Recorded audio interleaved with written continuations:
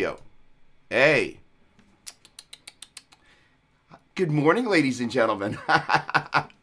Well, I thought I had tested everything perfectly. In any case, great to see everybody here. I'm sure there's probably a comment down in the chat. Can't hear you. So, a brief recap of all that good stuff. Um, Intervals. It's one of those things that guitar players are traditionally not taught at the beginning of the guitar process. It's one of the things that frequently is outside the kind of safety and comfort zone. We know they exist. We kind of have a loose idea. We kind of know that power chords are made up of fifths. Some of us might know that those are actually called perfect fifths as it relates to classical music. But the thing is that intervals are really, if you will, the key to unlocking the instrument beyond just kind of the shape-based things that we do. And the heart and soul of what today is all about is being able to take the instrument and not just put your hands in those same rutted paths, and I know you know what I'm talking about, but be able to hear the notes that are kind of hidden in plain sight. And so, how do we do that? How do we have an approach for doing that? Because, again, I think most of the guitar players I come into contact with, the ones that I teach, the ones that I see at guitar camps, is that they know that there's more, but they just don't quite know how to get there. So that comes down to having kind of a refined strategy for doing that. So that's what we're going to cover today. All of this is based on, as you might have guessed, the major scale. And my background kind of started, I had a fascination with the guitar starting at about age 5. My next door neighbor, a couple houses up technically, had one of those little toy guitars with the red and white, strings. Didn't actually make any sound, but I was like, I saw it and I was fixated on that thing. So finally I bugged him for weeks, like, can I just have it, let me take it home for one night. And I don't know what it was about it, but I was just like, I must possess guitar. So the point being is that from a very early age, I was fascinated with the guitar and making music on it. The same day that I took my first swimming lesson, a guy named Jeff Norell, famous steel pan player, he and his brother Andy, brilliant musicians, but he also kind of taught me my first attempt at playing a song, Winter, Spring, Summer, or Fall by James Taylor. I'm sure it didn't sound much like it, but I was probably all of about 6 or 7 at that point. And so from the beginning, the idea of drawing music out of the guitar was something that I was fascinated with. Age 9, I auditioned for a singing group called the San Francisco Boys Chorus. They taught me all about ear training, intervals, and that is the foundation and the basis of where I got this huge sense of the ability to hear bass note movements inside chord progressions based on the intervallic distances between them. That is to say, if you can go 1, 2, 3, 4, 5, 6, 7, 1, 1, 3, 5, 4, 7, 1, so on and so forth, you can go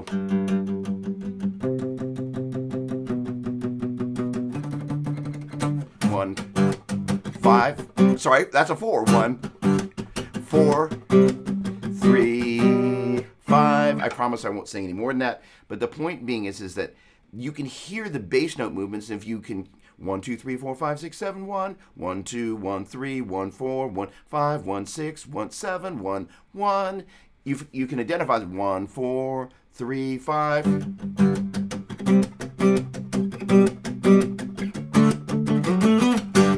That gives us that insight into what's happening with the bass note movements. Now that's helpful for being able to analyze other people's music, but the other thing is that it gives us insight.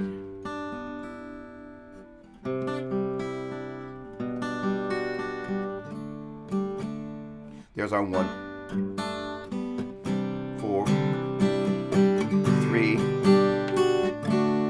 5, 3, 4, 2, 5. Now here's the thing, is just in the same way we might play certain rutted paths with our riffs, we do the same thing with our chord progressions. But the beauty of it is once we kind of understand where the major scale goes,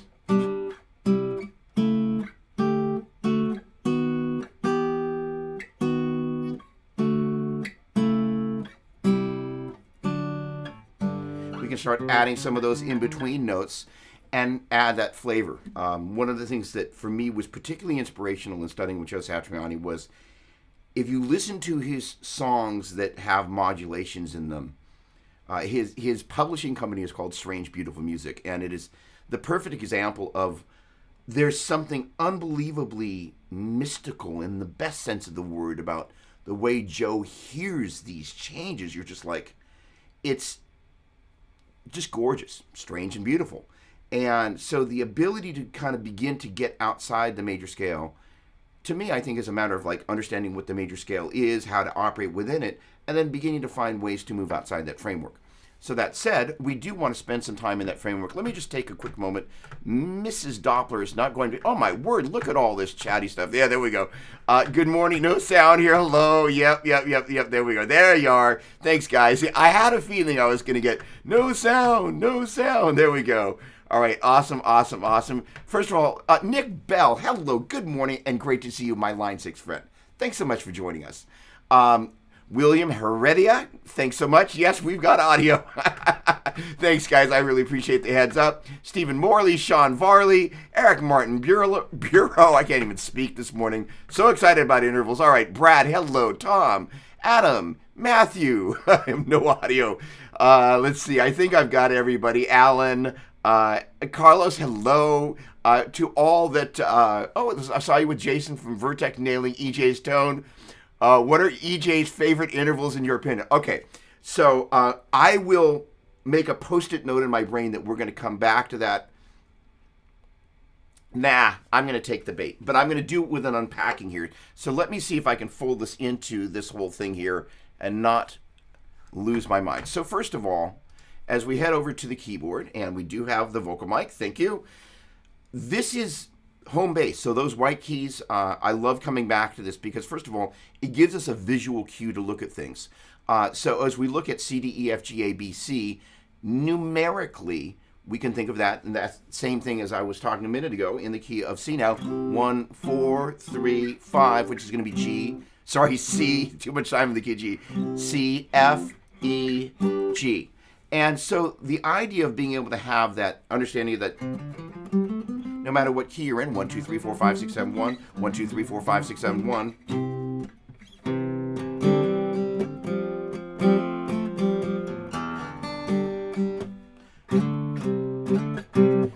That was terrible. 1, 4. I wanted to go to 3, 5 in the key of C. It's the G. There we go.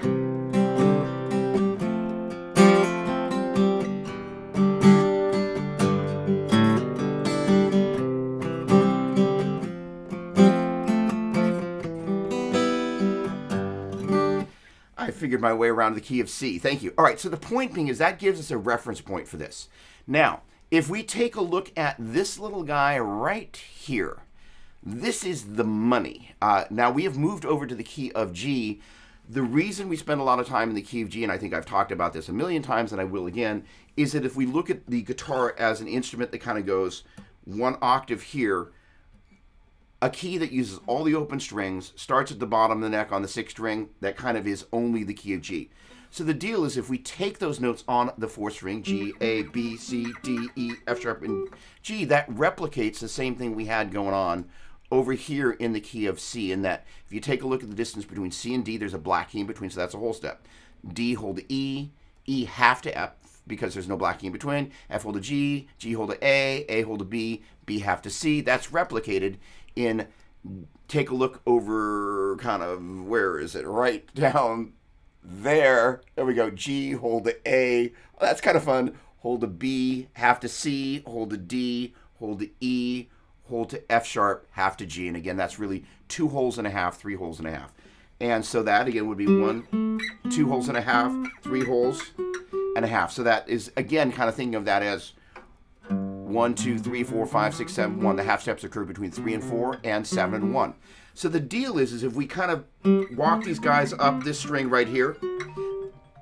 Oh, no, do not be calling me during my live stream. Holy cow. All right. Note to self, airplane mode during live stream.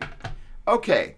All right, so the deal is that the reason I put it on the D string as opposed to the open G string is I wanted you to see that minor second down to that F sharp from this G right here.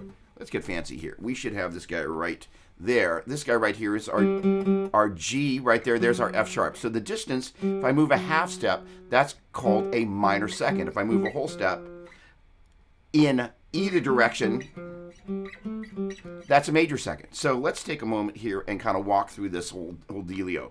So here, first of all, this G and that G, that's unison. From here to here is a major second, major third, perfect fourth, perfect fifth, major sixth, major seventh, and the octave. And then if we move backwards, that is a minor second. Now, this guy, if I play that up the octave, is a major seventh. All right, so let's talk a little bit about the nomenclature for just a second. My students all know that I have this thing. I'm not into the do, re, mi stuff. I'm into this intervallic names, major second. And that, again, is being compared to the major scale. The major third, perfect fourth, perfect fifth, major sixth, major seventh are from classical music. And it's basically the names that were given to those intervals of the major scale. Again, if you're playing through the major scale, if you play that as a dyad, that's a major second, that's a major third, perfect fourth, perfect fifth, major sixth, I'm a little out of tune, major seventh, so on and so forth. So those guys get uns and urds and that sort of stuff. But if I'm thinking about 1, 2, 3, 4, 5, 6, 7, 1, this is the 7, 6, 5, 4, 3, 2, 1. So that is to say when we add the uns and the urds and the iths, it's two intervals. So that either refers to going from one note to another or play them as a dyad. That is to say, we're looking at the distance between two notes or we're playing those two notes at the same time. That's different than the 5, 5, 4, 3, 2, 1, where I'm thinking about the scale degree numbers. So there is a nuance there, but it allows us to have some nomenclature around all of this, okay? So here's the deal. Somebody asked me,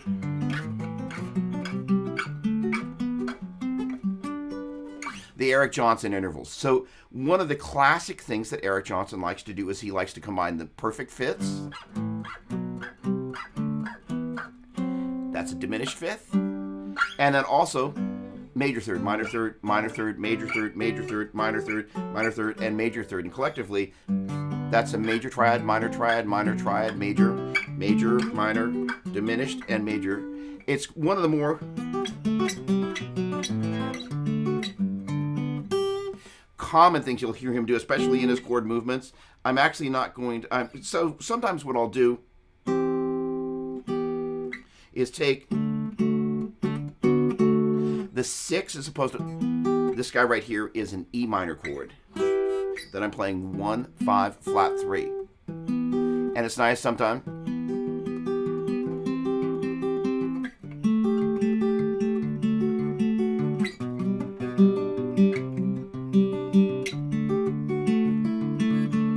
Is to take that 1, 5, flat 3 and go 1, flat 6, flat 3, 1, flat 6, flat 3, 1, 5, 3, 1, 5, 3, 1, 5, flat 3, 1, flat 5, flat 3. So there what we're doing is basically just playing through these triads, which are based on the 1, 3, and 5 of each of the modes of G major. That is to say, if we took the notes of G major, G, A, B, C, D, E, F sharp, and G, and we started off the first note, that would be G major. If we started off the second note, literally just going, instead of going G, A, B, C, D, E, F sharp, G, we're going A, B, C, D, E, F sharp, G, A, and we start off the third note, B, C, D, E, F sharp, G, A, B, so on and so forth. That would give us G major, A Dorian, B Phrygian, C Lydian, D mixed Lydian, I love this, E minor, F sharp Locrian, and G major. And out of that, if I took the first, third, and fifth notes of each of those, and took the third note and played it up the octave, again an interval, right?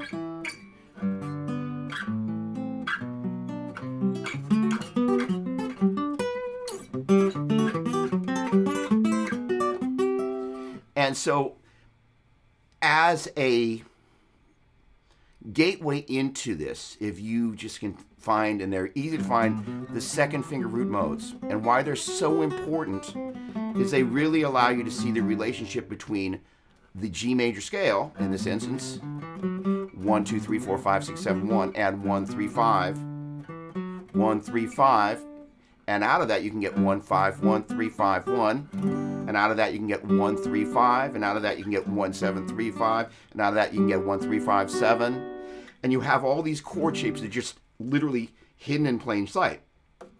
So inside that, those chords are really made up of intervals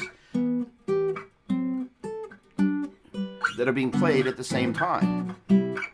So part of getting the most out of this intervallic concept is understanding that chords, the essence of what makes chords so special is there is intervallic relationship happening inside them. And the great thing about how this relates to playing melodies and solos and finding those notes that you're kind of going, I know they're nearby, is once you understand. So I'm going 1, 5, 3, 1, 5, flat 3, 1, 5, flat 3, 1, 5, 3. And because, pulling back for a second, if I took this G major scale, and I took this A Dorian mode, and I took the Dorian mode and played it down here, and imagine it superimposed over the major scale, where major goes major 2, 3, 4, 5, 6, 7, 1, Dorian 2, third note of the major scale was there, third note of the major scale was there, third note of the Dorian mode is there. That's major 2, 3, 4, 5, 6, 7, 1, Dorian 2, flat 3, 4, 5, 6, flat 7, because the seventh note of the major scale is there. Dorian's got a flat 7. Dorian 2, flat 3, 4, 5, 6, flat 7, 1. Phrygian flat 2, flat 3, 4, 5, flat 6, flat 7, 1. Lydian 2, 3, sharp 4, 5, 6, 7, 1. Mixed Lydian 2, 3, 4, 5, 6, flat 7, 1. Minor 2, flat 3, 4, 5, flat 6, flat 7, 1. Locrian flat 2, flat 3, 4, flat 5, flat 6, flat 7, 1. And so by comparing each one of those, by superimposing it on top of the major scale, you begin to understand at the scalar level what's happening with each of those modes, which means that as I begin to look at the major scale, I can see that it's 1, 3, 5. Dorian, 1, flat 3, 5. Phrygian, 1, flat 3, 5. Lydian, 1, 3, 5. Mixed Lydian, 1, 3, 5. Minor, 1, flat 3, 5. Locrian, 1, flat 3, flat 5. And major, 1, 3, 5. Then I can begin to go, take that 1, 3, and 5, and start moving that 3 around like we did a minute ago. And one of my favorite things to do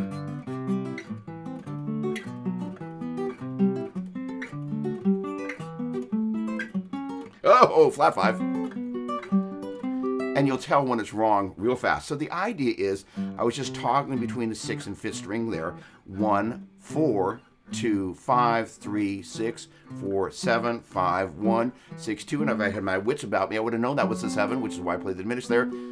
3, 1, 4.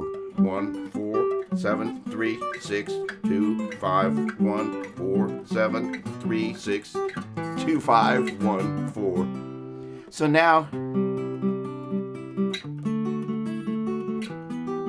if I know the formulas of those modes, I'm at the 1, 2, 3, 4. That's 1, 5, 3 of the 4 mode. It's going to be a whole step, as in that distance from the, I'm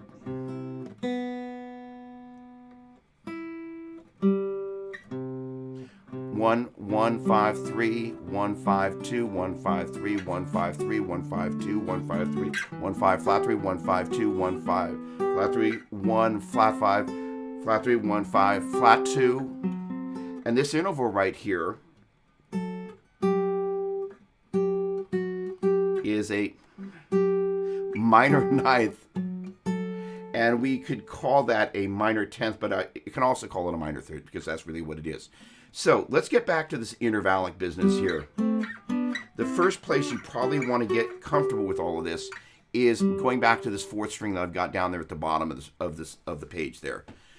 So the deal is as we look at this guy, if we were to play these two guys together, that would be major 2nd, major 3rd, perfect 4th, perfect 5th, major 6th, major 7th, and octave. All right, so the next thing you want to do is just begin to get comfortable with the thirds, because as we take these chords, and again, you can see that right there and that right there. Now, a lot of people refer to this as a major 10th, and this is a major 3rd. I have a tendency to think of this as a major 3rd most of the time. There are people who would say I'm wrong for doing that, but most of the time I'm thinking about just transposing this here. We'll leave it at that. The point being is I'm seeing this as a perfect fifth and a major third played as dyads, stacked at the same time. And then you can begin to go. So that's the major third, perfect fourth, major third, minor third, perfect fourth, minor third, perfect fourth, minor third, major third, augmented fourth, major third, perfect fourth, major third, minor third, perfect fourth, minor third, perfect fourth, minor third, and major third, perfect fourth, major third. Now the interesting thing is, because we got to the 1, 2, 3, 4, 5, 6, 7, because it did not include the 5, it's got the same sort of third as the 6th mode, that is to say the minor mode. In other words, if I were to take the first and third tones of major, Dorian, Phrygian, Lydian, mixed Lydian, minor, Locrian, and major, that would give us, in terms of thirds, major third, minor third, major third, minor third, and major third.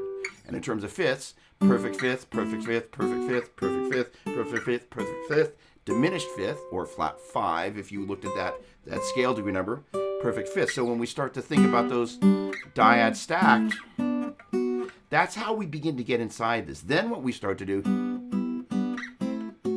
we start adding notes that are around there. So I know that the major scale, that's the 5 and the natural 6. Now another way you can think about this is if we know that it's G, A, B, C, D, E, F sharp, and G, if this guy right here, as I'm going to kind of walk through this and start basically climbing up this second string, I'm just going D, E, F sharp, G, A, B, C, D. Now, we're starting with chords, but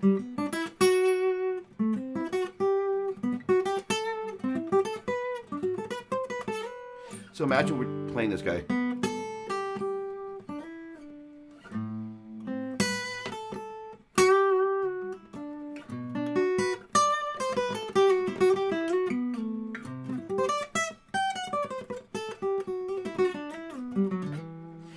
The whole point is I'm not going, which I love doing, but I did that so many years over and over until I forced myself to break out of the rut. I just wanted to vomit.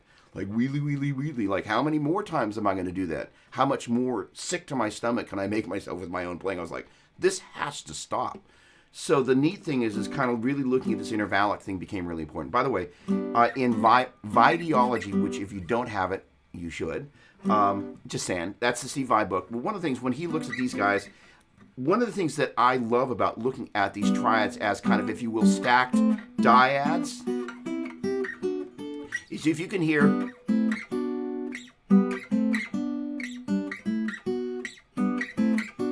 hiding in there, your ear all of a sudden not only hears this, but it begins to hear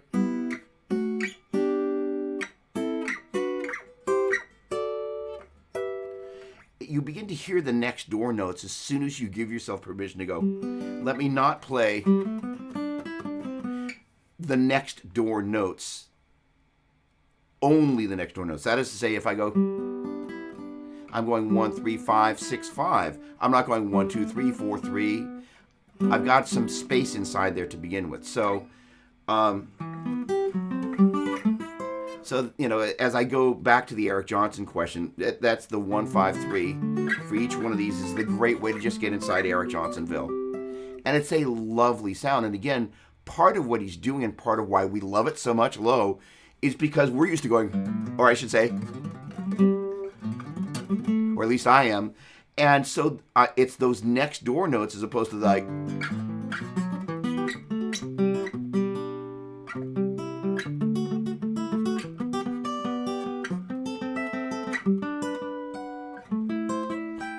that you're like, that air that's in there. And that's the neat thing about it is that, especially with distortion, is that if you put some space in between the notes, you can play some of these more complex intervals and not have them sound weird.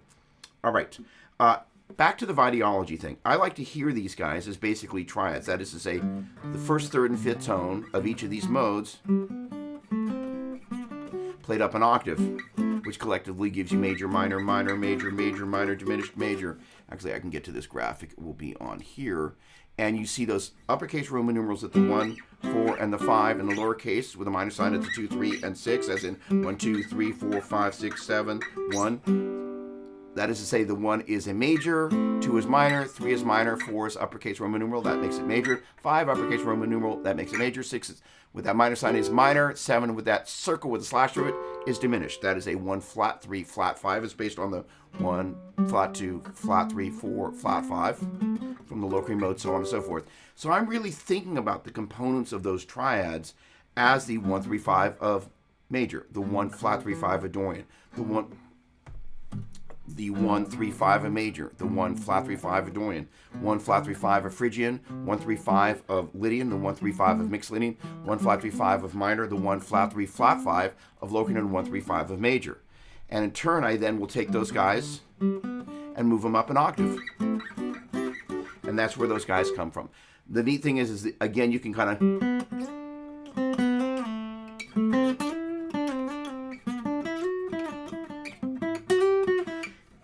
simply use the thirds as your launching pad to go. And the great thing about it is, imagine we're playing over our 1, 4, 3, 5 chord progression. So over our 1, over our 4, our 3, and our 5.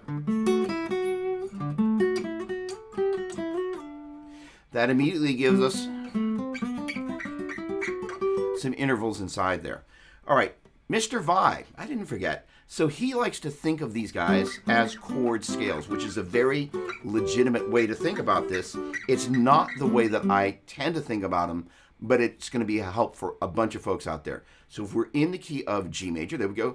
G, A, B, C, D, E, F sharp, and G. And again, the mode's going G, G, A, B, C, D, E, F sharp, G for G major, A, B, C, D, E, F sharp, G, A for A Dorian, so on and so forth. If I were to take the notes of the G major scale on the 4th string, which is this guy right here, G, A, B, C, D, E, F sharp, and G. At the same time, I were to take the notes of the G major scale starting at the B right here on the 3rd string, B, C, D, E, F sharp, G, G, A, B. I missed G at the 12th fret on the G string, and then this guy right here, D, E, F sharp, G, A, B, C, D, and play G, B, D, A, C, E, B, D, F sharp, C, E, G. The G becomes an A, the B becomes a C, the D becomes an E. G, B, D, A, C, E, B, D, F sharp, C, E, G, D, F sharp, A, E, G, B, F sharp, A, C, G, B, D. So literally we're just kind of going up to the next note of the scale.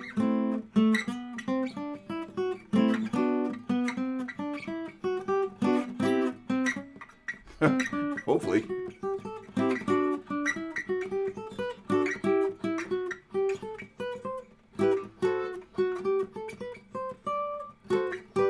So on and so forth. And that is kind of unlocking the whole thing, for me at least. And it gives a huge amount of freedom, because one of the other things that enables you to do then is go, all right, so if I'm thinking about these mode shapes, whether it's that or the 3-note string, I'm now thinking outside of that kind of adjacent note business. All right. With that said, let me go back to the home screen and let me take a look at the comments that people have fielded. Oh, Jeff Fogarty. B-Town, my man. Okay, great to see you, my friend. Awesome, awesome, awesome. Molto bene, grazie. Randy Edwards, how are you doing? Great to see you. Thank you so much for joining us today. What a pleasure. The multi-talented Randy Edwards, man of... Oh, there goes the mouse. How are you doing? Great to see you. Thank you so much for joining us today. What a pleasure. What the multi-talented Randy Edwards, man of... Oh, there goes the mouse. That has never happened before. Hang on a second. All right, stop that. Holy cow. Who would have thought that dropping a mouse could cause such panic to ensue? Okay, so first of all, Randy, great to see you. All right, let me just jump in real quick and see if there are any questions. Okay, there we go. Sound, thank you very much. There we go. There we go. Jim, great to see you, my man. Thanks so much. Greg, hello. Emmanuel, my dear friend.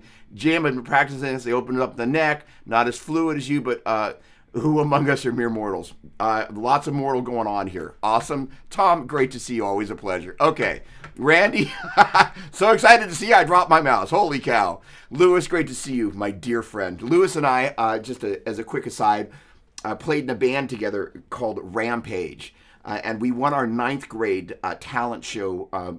And there was a great thing. I've still got it somewhere from the school newspaper. And they said, the most impressive thing about the band was the sheer volume that they played at, and they went on to say, must have impressed the judges since they won. Paul, what's going on? How you doing? Wow, thank you so much, and it's not diminished. Thanks so much. Okay, awesome. Oh boy, we are rolling over here on YouTube, so let's see here. Let me not drop that mouse again. There we go. Okay, good. Carlos, Steve, good morning. Pooh, Ninja, how you doing? Rick Costa, my dear friend. Okay, let's see if there are any. Thank you for the EJ response. With pleasure. Any ideas on making the 6th outstand playing over Dorian? Oh boy, you're gonna pull me into a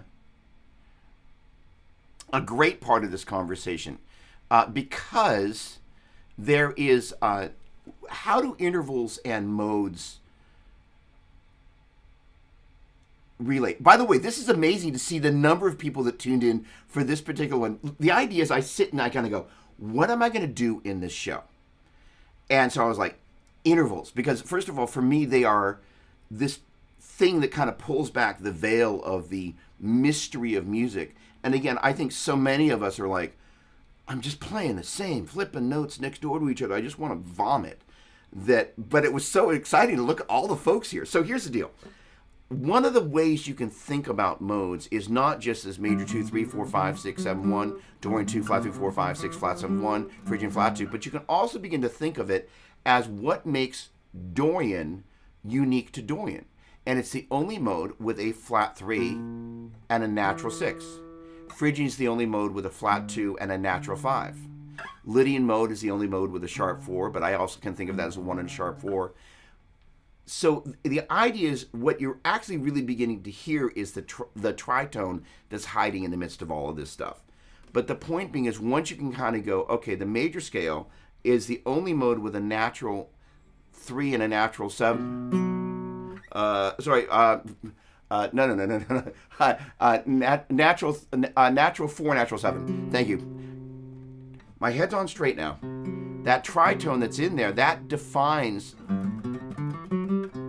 that is the only mode that's got a natural 4 and a natural 7. So if you're beginning to kind of go, okay, if I'm in the key of G major,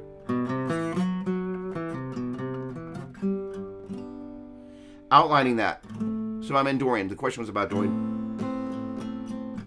By the way, hitting the pause button there, because I know a couple of people are going to go, all right, you're about to play a Dorian progression, which is what I'm about to do. How do you do that? The intervals are the essence of what make up the chords, as we just discovered.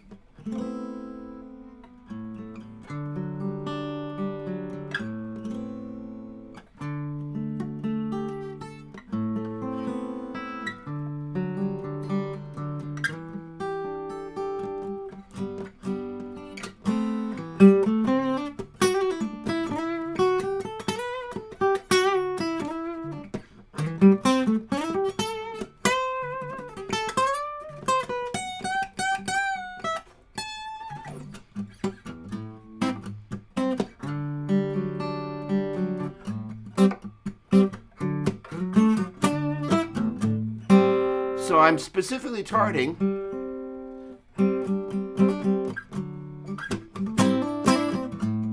now that little Hendrixy vibe. I am out of tune. The bending.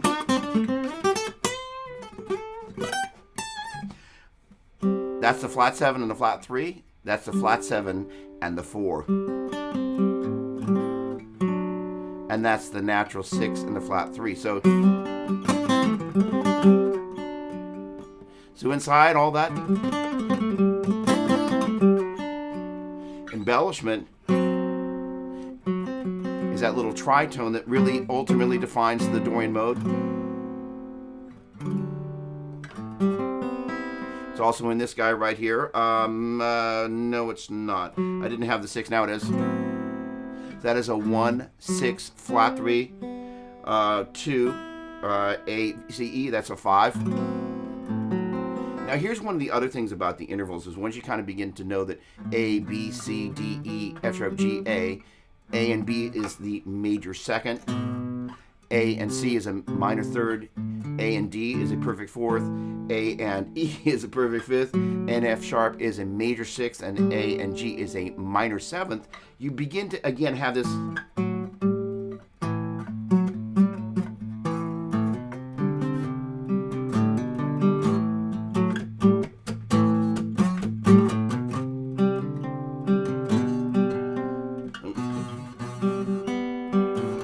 Now, the thing about that is you kind of watched me just kind of sounded like a blues thing, right? And then start to add in those other things. So this is what I love about seeing the intervallic and the modal relationship that kind of are tethered together as we go to create chords and modal progressions, is that it begins to reveal things that suggest ideas to us. And this is ultimately kind of the bigger goal of today, is to actually kind of help you kind of go, get out of the rut, have a strategic way of looking at the neck that allows you to kind of go, oh, those notes are hidden in plain sight. And I think it's just, it's just pulling back the veil. And again, it's so strange because, you know, again, how many of us have played that riff or something like that, and we're immediately thinking,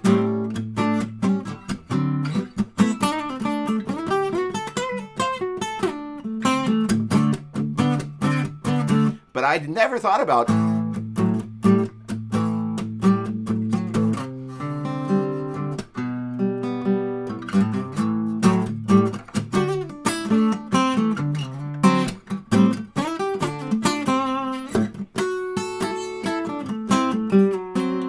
Now there I went, and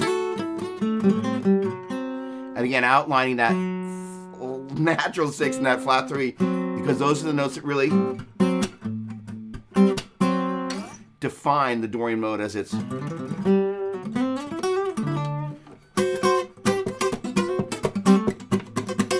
That's the other thing, the sound of funk.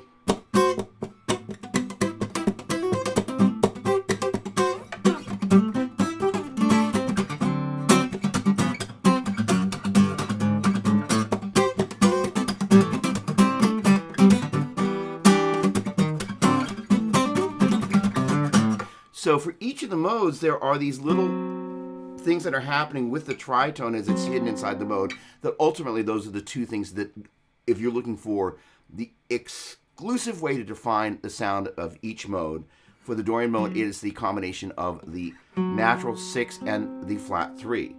That same thing is just basically that little guy works its way through. For Phrygian, it's the natural 5 and the flat 2. So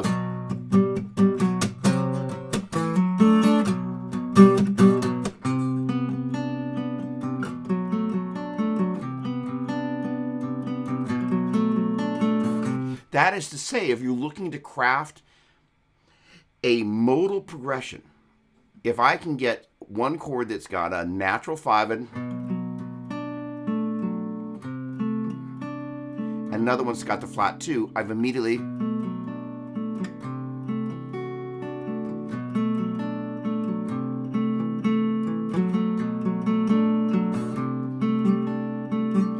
defined the Phrygian sound.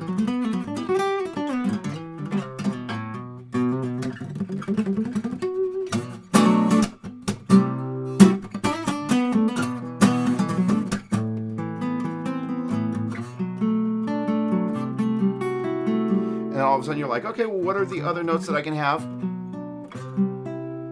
And again, you hear these little, the neat thing is,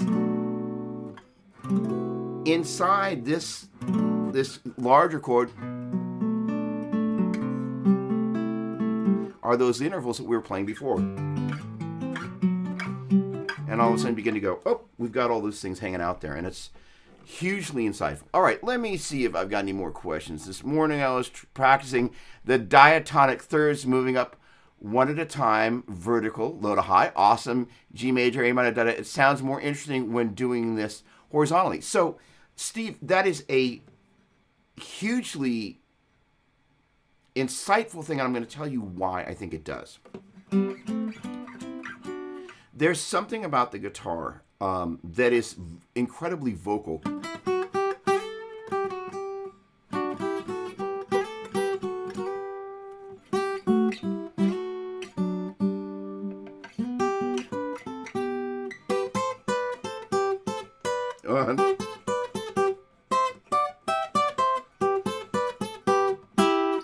There it is. So the point being is that the neat thing about dyads, regardless of how we're voicing them, and triads, when we move them up and down the neck, it somehow reveals the character of the guitar. And this is one of the reasons I'm not big on capoing. I think capoing has its place. It's awesome.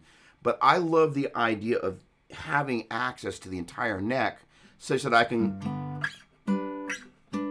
I've got all these places. That's some G major triad voiced 1 5 3, 1 5 3, 1 5 3.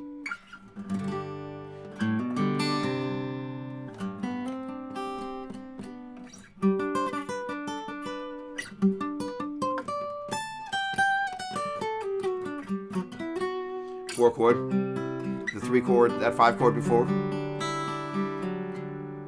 3, 4. 2, 5, 6. So our little walk. 6. A little dominant stuck in there.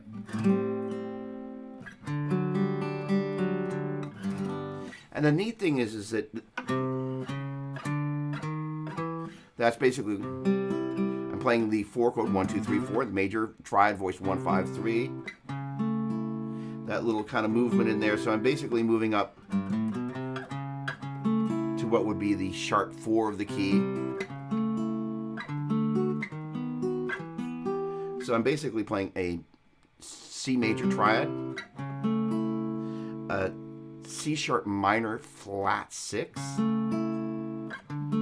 D major, a D sharp minor flat 6.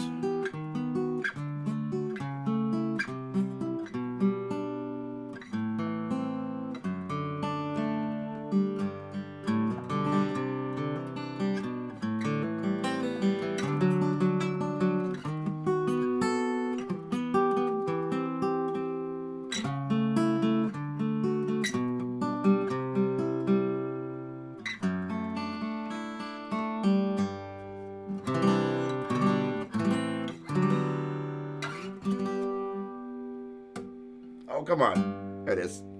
All right, let me see if there's some questions here. All right. Awesome. Carlos, all right, let's see. Thank you for the response. And when you have to solo over a major or minor 2-5-1, is it better to address the intervals related to the target chord or play intervals over each chord? Ooh, juicy question. A lot of meat on those bones. I'm going to expand that out to anything. And I'm actually going to expand that out. I can't thank you enough for that setup.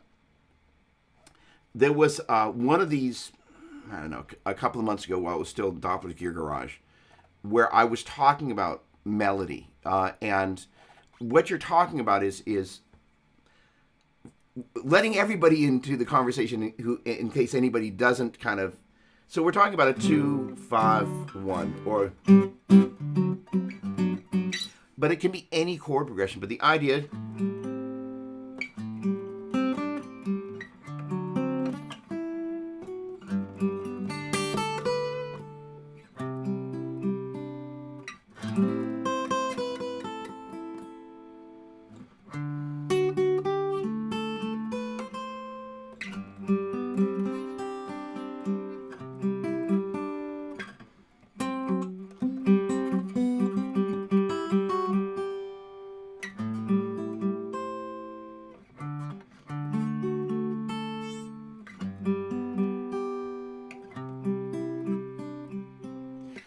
If you know what the notes of this A minor 7 are, A, C, E, and G, and you know what this D dominant 7 are, D, F sharp, A, and C, and this G major 7, G, B, D, F sharp, those are not only your target tones, those are your melody notes. And so the gold in your question is, one is that there is a duality. So you're opening up like a giant vein here, and I'm going to go for it with full bore.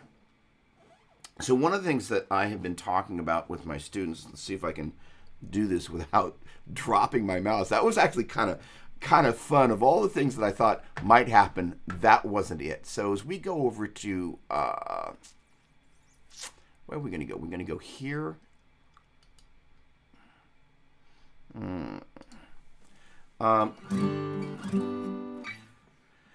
As we think about this 2 chord,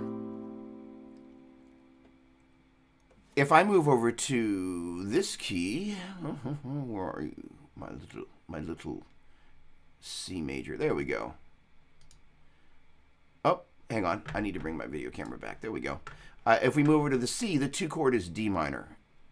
If we move over to the key of A, and I'm probably going to lose my camera for just a second, but we can fix that. And if we move over to the key of A, the 2 is B minor. So the point being is that there's this absolute and relative relationship between the note names and the scale degree numbers. And I prefer to think of it as the scale degree numbers and the note names. And both of which are hugely important. And I'm going somewhere here that I want to make sure I frame this in a way that's really clear. As we take a look at the key of G major, we can see the 1 chord and the 2 chord as a major chord with a minor chord a whole step above it. As I look at the key of C major, I can see it as a major chord with a minor chord a whole step above it. Obviously, we've modulated there. That's actually a really... I'm going to hit the pause button there for a second. So...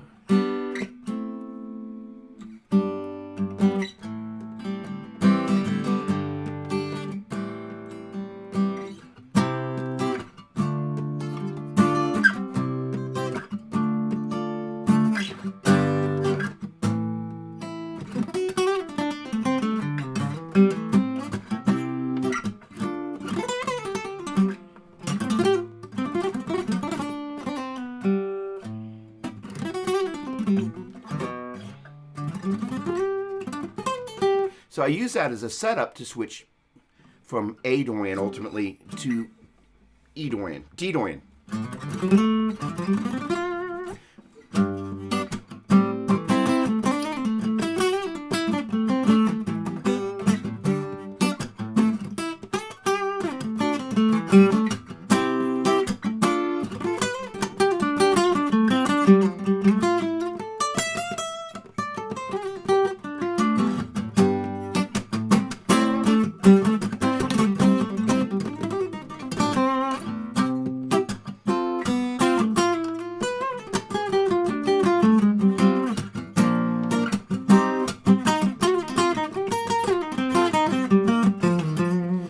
All right, it's a little bit of a left-hand turn, but we're going somewhere with this. I would suggest literally trying that, just going major chord with a minor chord a whole step above, and then...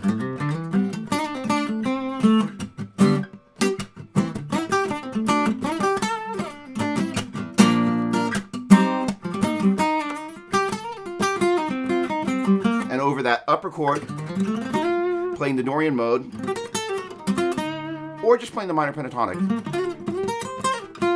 And just randomly I'm going to go up to the 7th fret, 6th fret, and it gets used to just kind of going, I don't care where I'm going, I can hear the chord telling me what to play, or I should say the chords, right?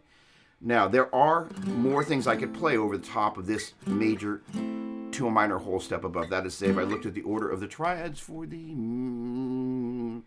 G major scale there, if you take a look, I don't have the distance written, but if you look at where there's a major chord with a minor chord, you're going to have that relationship at the 1 and the 2. You've also got it at the 5 and the 6. And we already know from this little bit right here that from the 1 to the 2 is a whole step, and from the 5 to the 6 is a whole step because you've got that black key in between.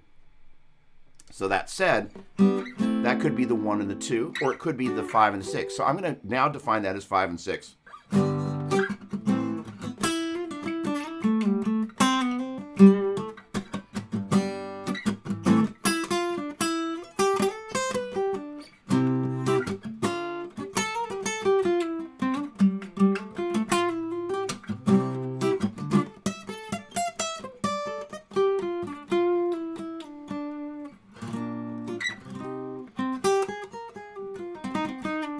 And add a little more of a vibe to it.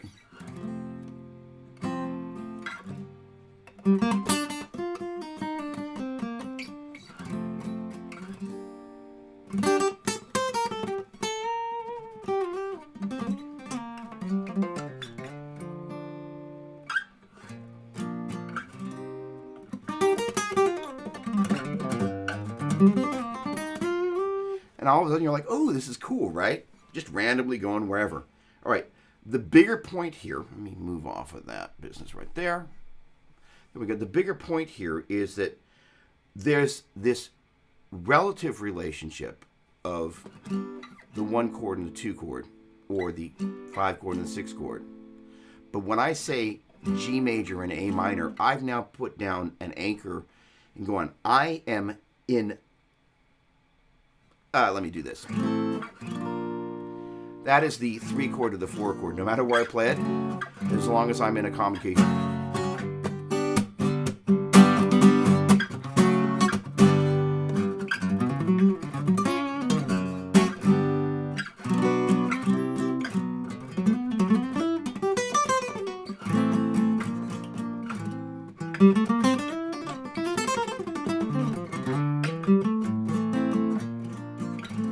So I'm in A, Phrygian.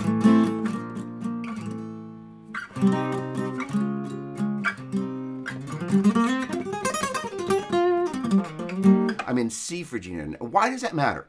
Well, there is the relative relationship of kind of the 3 chord and the 4 chord there. And for a long time, I was very comfortable just thinking this is my 1, flat 2, flat 3, 4, 5, flat 6, flat 7, 1. But all of a sudden, one day, I kind of looked at the guitar, and this had been a thought that was happening in the back of my head. It relates to the intervals, it relates to the chords, all of this stuff, is that if we think of this as 1, 3, 5, 1, flat 3, 5, 1, flat 3, 5, 1, 3, 5, 1, 3, 5, and we're not thinking of it as G, B, D, A, C, E, B, D, F sharp, C, E, G, or F, A, C, G, B flat, D, A, C, E, B flat, D, F, C, E, G, D, F, A, E, G, B flat, and F, A, C, we're missing, honestly, what Steve Vai would have thought about it as chord scales, where we're like all of a sudden going, it's not just I'm going 1, hold a 2, hold a 3, hold a 4, hold a 5, as in major, minor, minor, major, major, minor, diminished majors. But the fact that I actually know what the notes are in that chord, that means that's C, D, E, F, G, A, B flat, C. You're kind of with me. It's like, oh, snap. Because all of a sudden you're like, oh, if I'm in the key of F, and I actually know I'm in F, F, G, A, B flat, C, D, E, F. And here's the deal. F, G, A, B flat. If I know that that is F is the 1, G is the 2, A is the 3, and B flat is the 4, if I go there, I know that's a B flat. I don't even have to go, what note is that? That is to say, if I know this is F, G, A, B flat, C, D, E, F, and I go,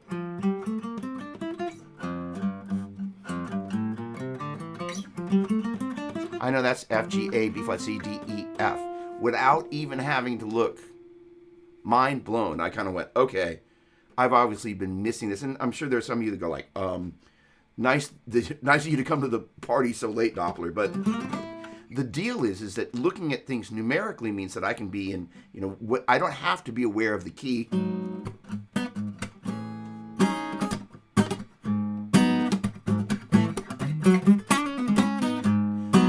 3 chord, 4 chord. put on another key, record.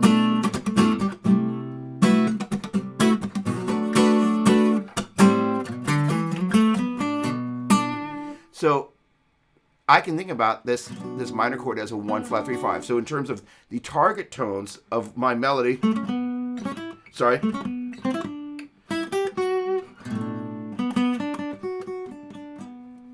I'll play a melody around.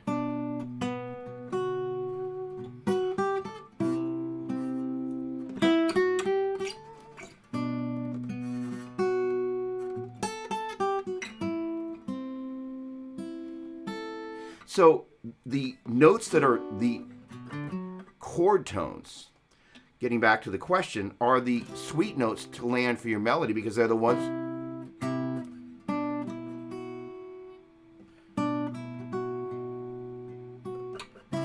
Oh, sorry.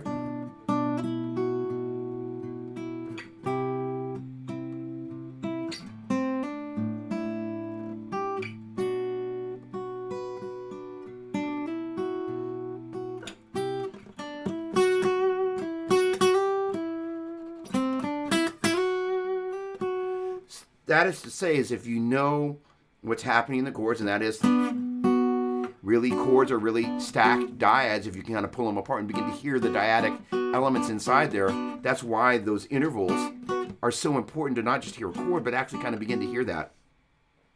Quick aside, I remember when I was at GIT, when they start playing these weird chords, you know, and they'll purposely make it such that they don't have anything to do with the key that was played before, and you have to kind of go, how do you hear it?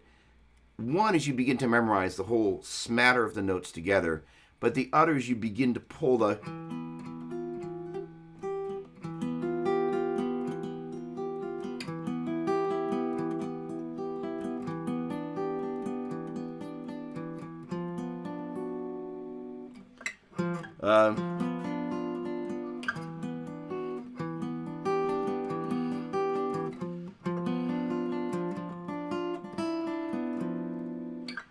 and all of a sudden you start hearing other stuff, right? All right, back to the point. The absolute and the relative, when you begin to think about things, and I spent most of my time past couple decades teaching students about the relative sort of thing. That is to say, if you can think of major as major 2, 3, 4, 5, 6, 7, 1. It's Dorian 2, flat 3, 4, 5, 6, flat 7, 1. And Phrygian flat 2, flat 3, 4, 5, flat 6, flat 7, 1. Lydian 2, 3, sharp 4, 5, 6, 7, 1. Mixolydian 2, 3, 4, 5, 6, flat 7, 1. Minor 2, flat 3, 4, 5, flat 6, flat 7, 1. Low flat 2, flat 3, 4, 5, 5, flat 6, flat 7, 1. We would go from Lydian,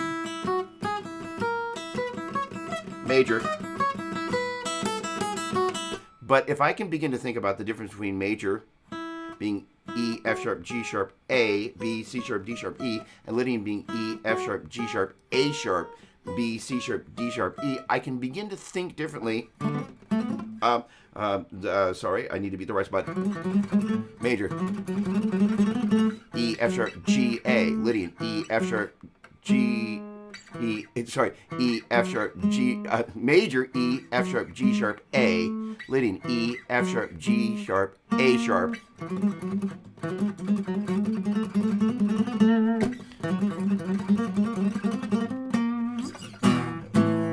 Let's see, let me get a little groove going. I'm going to be in the key of E major, E, F sharp, G sharp, A, and E, F sharp, G sharp, A sharp for Lydian.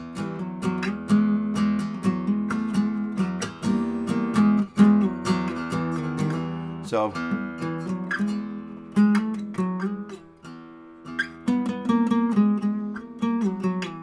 targeting, I'm targeting the A sharp, B, and the G for a little kind of resolution. And for major, the A, B, and the G sharp.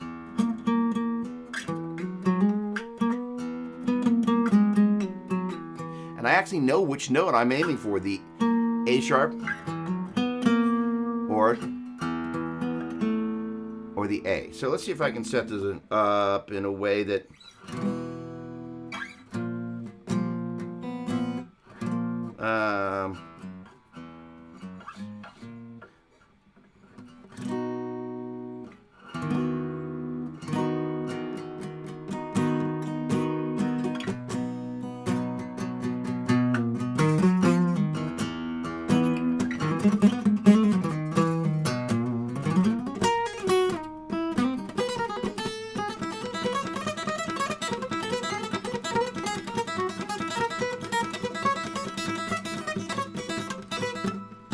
So the point being that A, the A sharp, not playing it well, but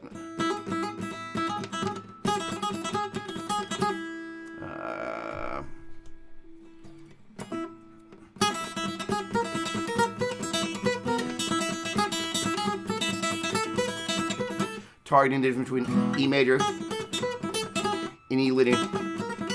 I can think about that as the 4 and the sharp 4, but it's a lot better if I can think about it as A and A sharp.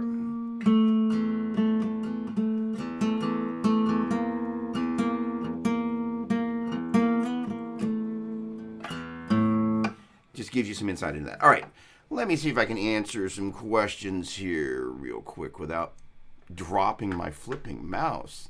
Like Flying in a Blue Dream, absolutely. And it's lovely. The leading mode.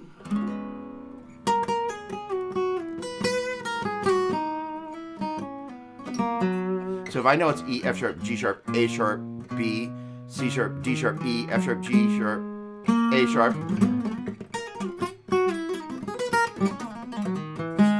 G sharp, A sharp, B, C sharp, E, F sharp, G sharp, A sharp, B. It's now, instead of it being 1, 2, 3 sharp 4, I now actually know it's E, F sharp, G sharp, A sharp, B, C sharp, D sharp, and E, which means you all of a sudden go A, B, C sharp, so on and so forth.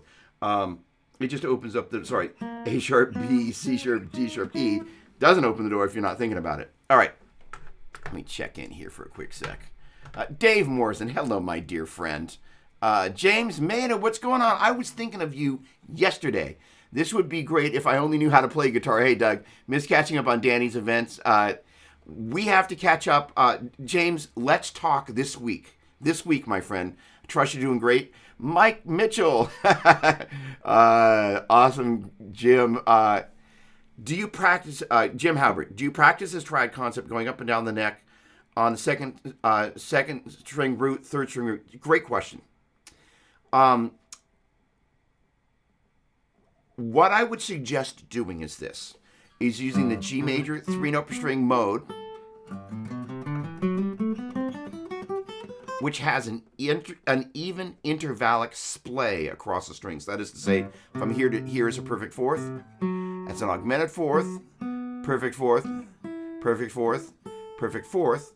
This guy is, of course, also as a tritone, and going 1, 2, 3, 4, 5, 6, 7, 1, 1, 7, 6, 5, 4, 3, 2, 1. Then starting off this guy 4, 5, 6, 7, 1, 2, 3, 4, 4, 3, 2, 1, 7, 6, 5, 4, 7, 1, 2, 3, 4, 5, 6, 7, 7, 6, 5, 4, 3, 2, 1, 7, 3, 4, 5, 6, 7, 1, 2, 3, 3, 2, 1, 7, 6, 5, 4, 3, 6, 7, 1, 2, 3, 4, 5, 6, 6, 5, 4, 3, 2, 1, 7, 6. That is to say, I'm using the lowest note on each of the G major. Oh, that is to say, that'll be G major, C major, F sharp minor, B minor, and E minor. Great question. Really, really great question. Steve Stickman, good to see you.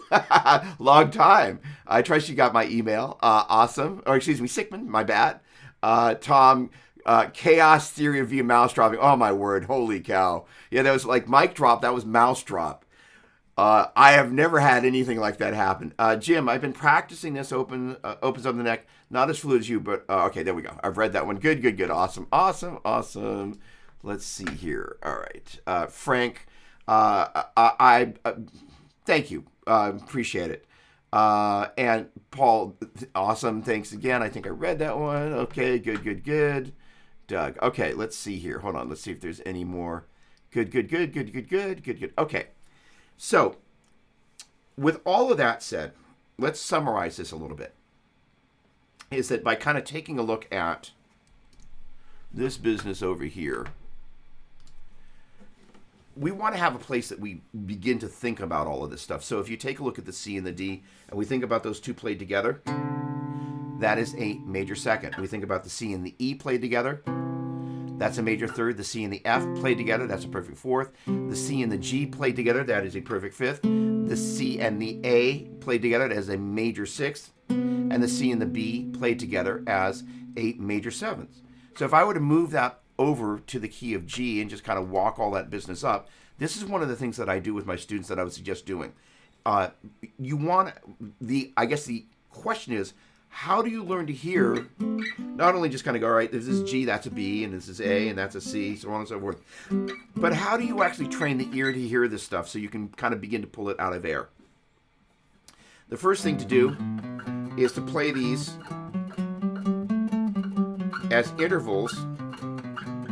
So that's the 1 and the 2 for G major, the 1 and the 2 for, I could say that interval, that distance between the notes, that's a major second for G major second for A Dorian, minor second. Again, an interval is the distances between the notes, between two notes, I should say.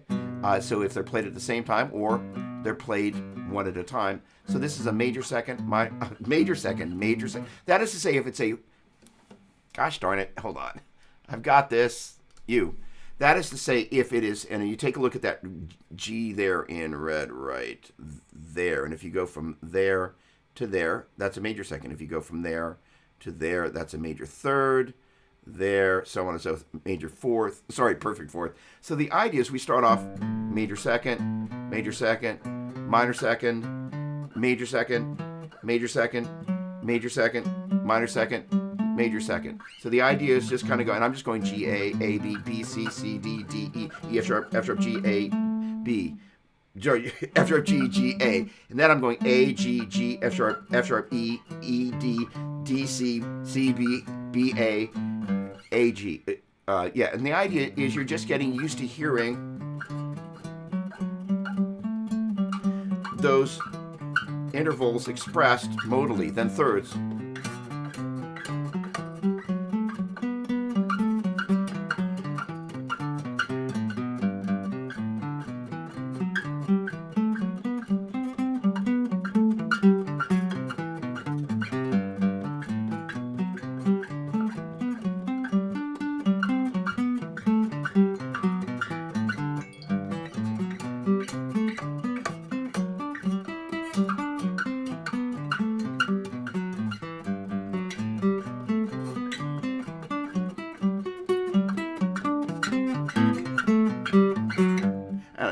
I don't think we need to do the octave, but if you're feeling the urge to do it.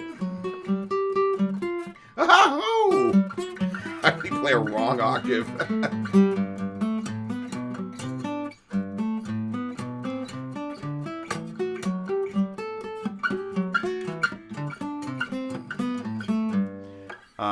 And that is kind of a great way to kind of just get in there. And again,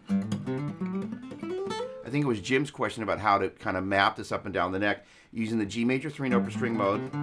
G, A, B, C, D, E, F sharp, G, A, B, C, D, E, F sharp, G, A, B, C, and taking the lowest notes, G, C, F sharp, B, and E.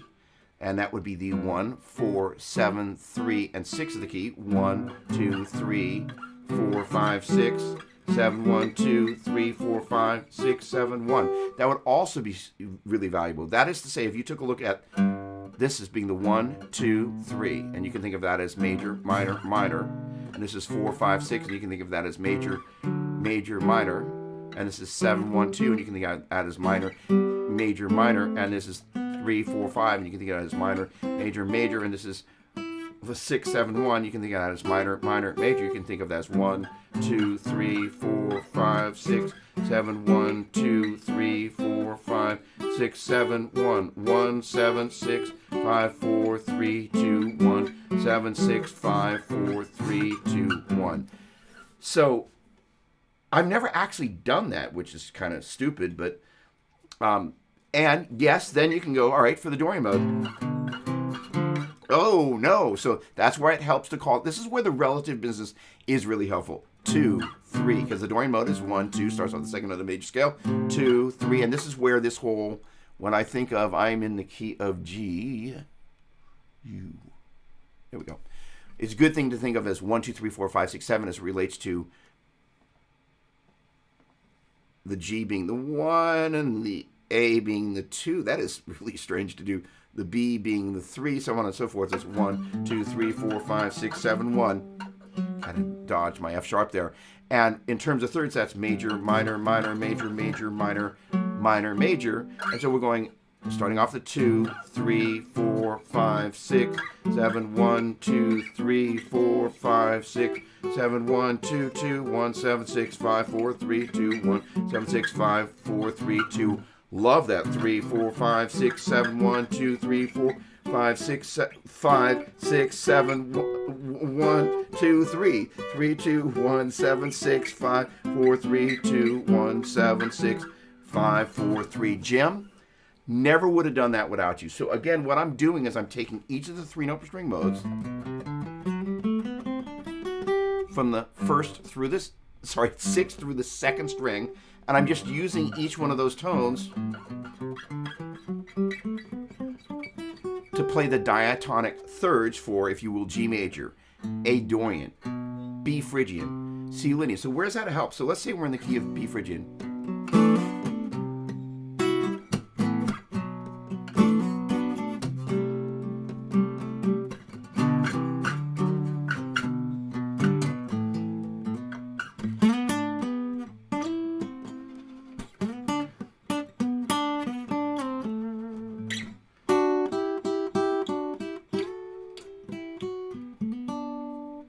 Now, it can sound a little schlocky sometimes.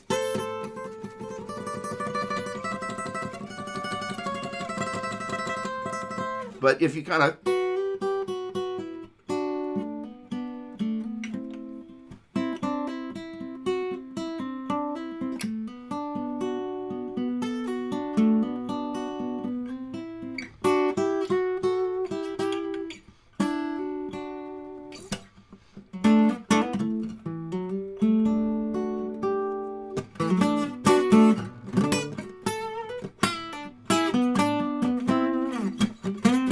The other thing,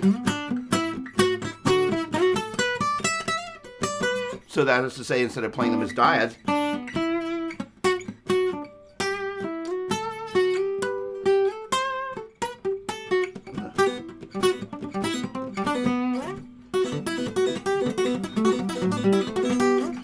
and obviously that's,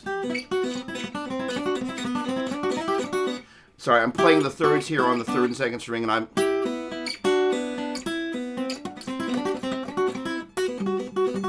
the basic riff there is I'm using the middle finger and the pick.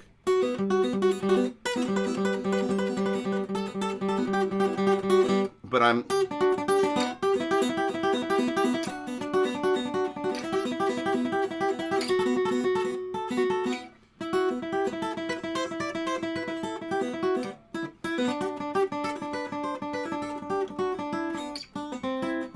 And again, this is the whole point.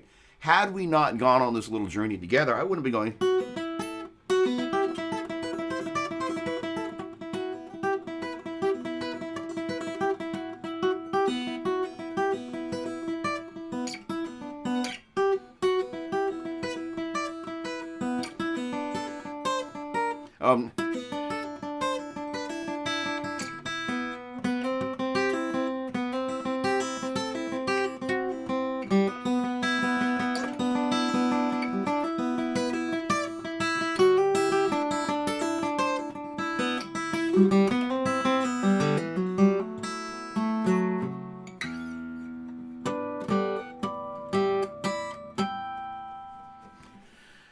Cool. All right. Let's check in here and see what's going on. I miss having Ms. Doppler on this. Robert Valdez, how you doing? Slocky in a little cafe just the other side of the border. Awesome. I love it. Please tell technical support to have a great weekend. I will, Rick. Thank you so much. Great answers. Awesome, Carlos. With great pleasure. This has been a heck of a lot of fun. And this is the great thing. Again, the heart and soul of this is about finding the undiscovered. And you watched me literally kind of go, oh, this and that. And what it's doing is it's allowing you to think about how you look at the instrument and kind of go, oh. And again, you know, literally,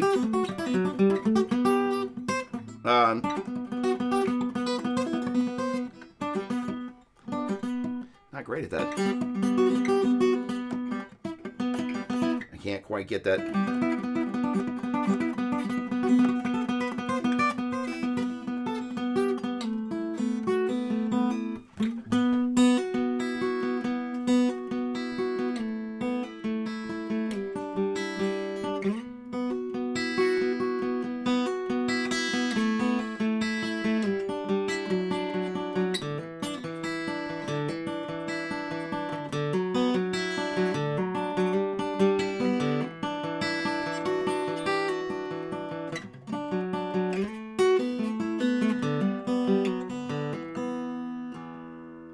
Working those open strings and adding that to the.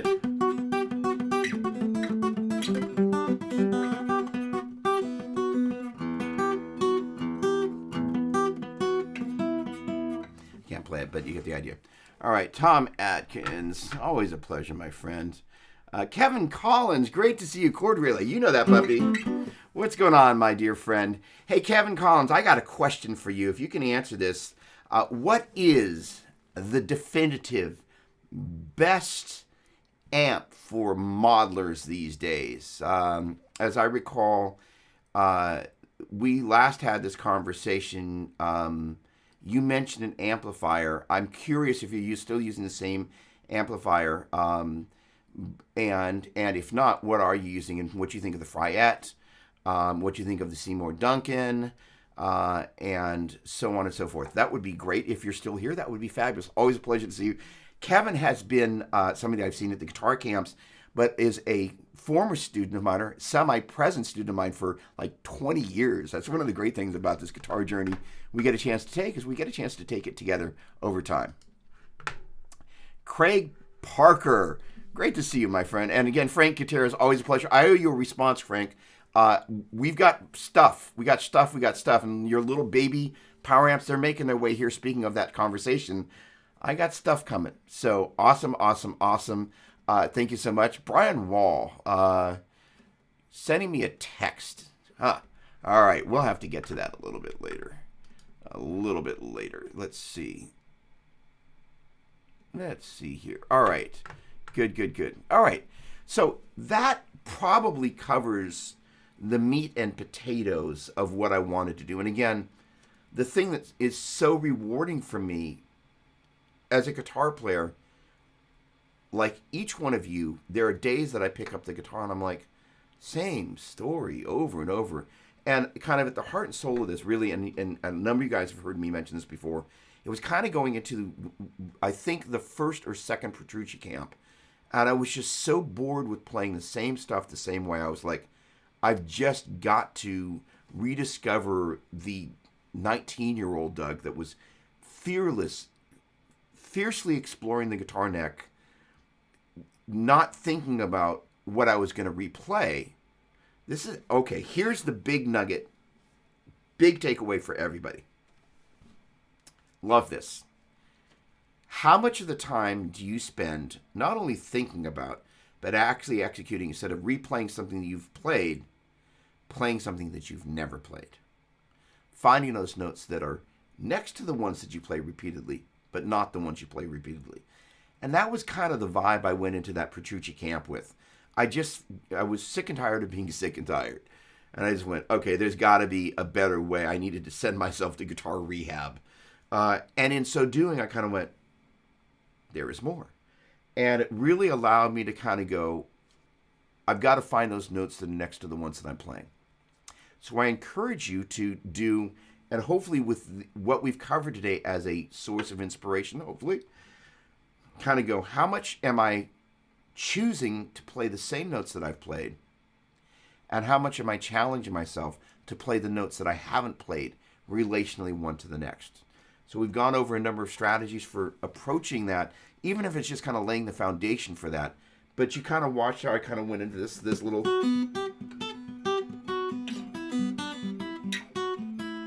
And somewhere...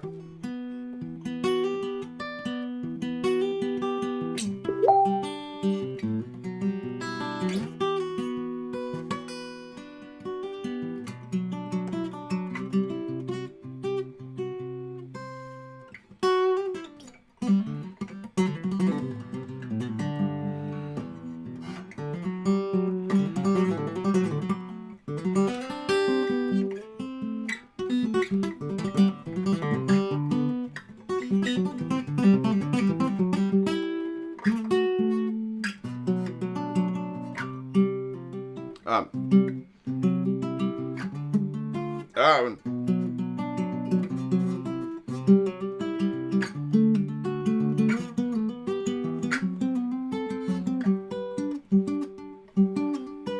you see me do this like a bunch of times a day, but I've never gone.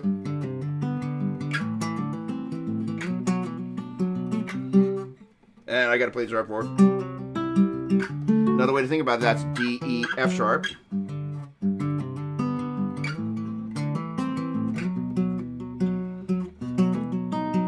That's the B, D.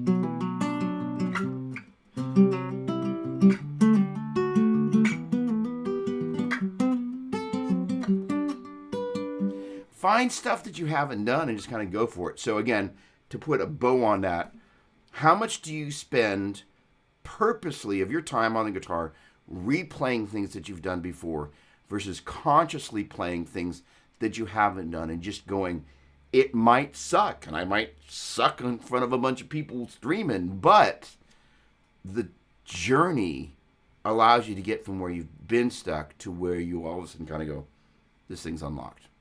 That is my gentle and humble challenge to each of you.